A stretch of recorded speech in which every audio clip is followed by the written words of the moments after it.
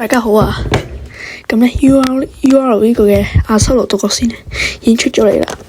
咁而家就同大家一齊講解下呢個技能。咁啦，好嘅，我哋注技先啦。對整列敵人目標3連擊造成900%嘅攻擊力嘅直接傷害。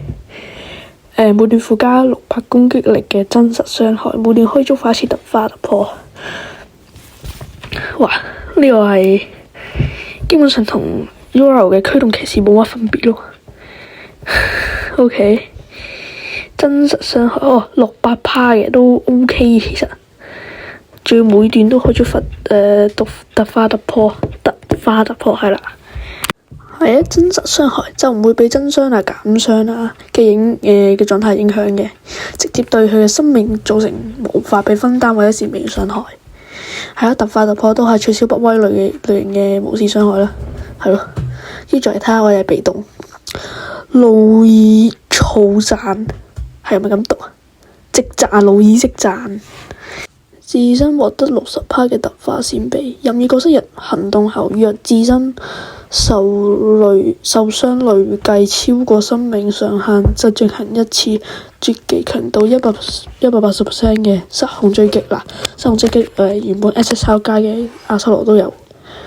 本次技能不受能量額外影響效果，係咯，前排優先。每場戰鬥可以觸發10節啊！呢個咧基本上就係 UR 驅動騎士嘅一個強化版本，係咯。跟住就睇下角色被動，全副武裝。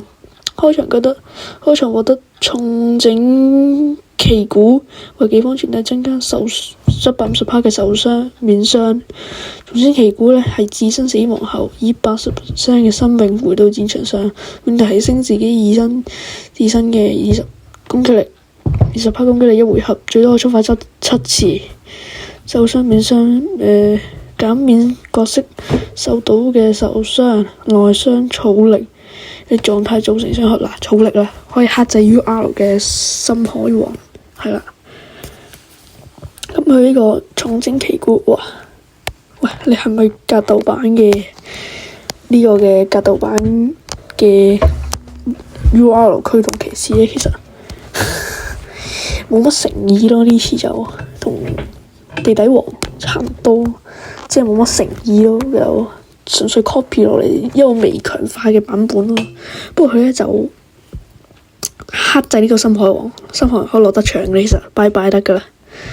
係咯，呢就係咁多先啦，可能講得唔夠仔細，有咩地方就睇一睇啦。OK，拜拜。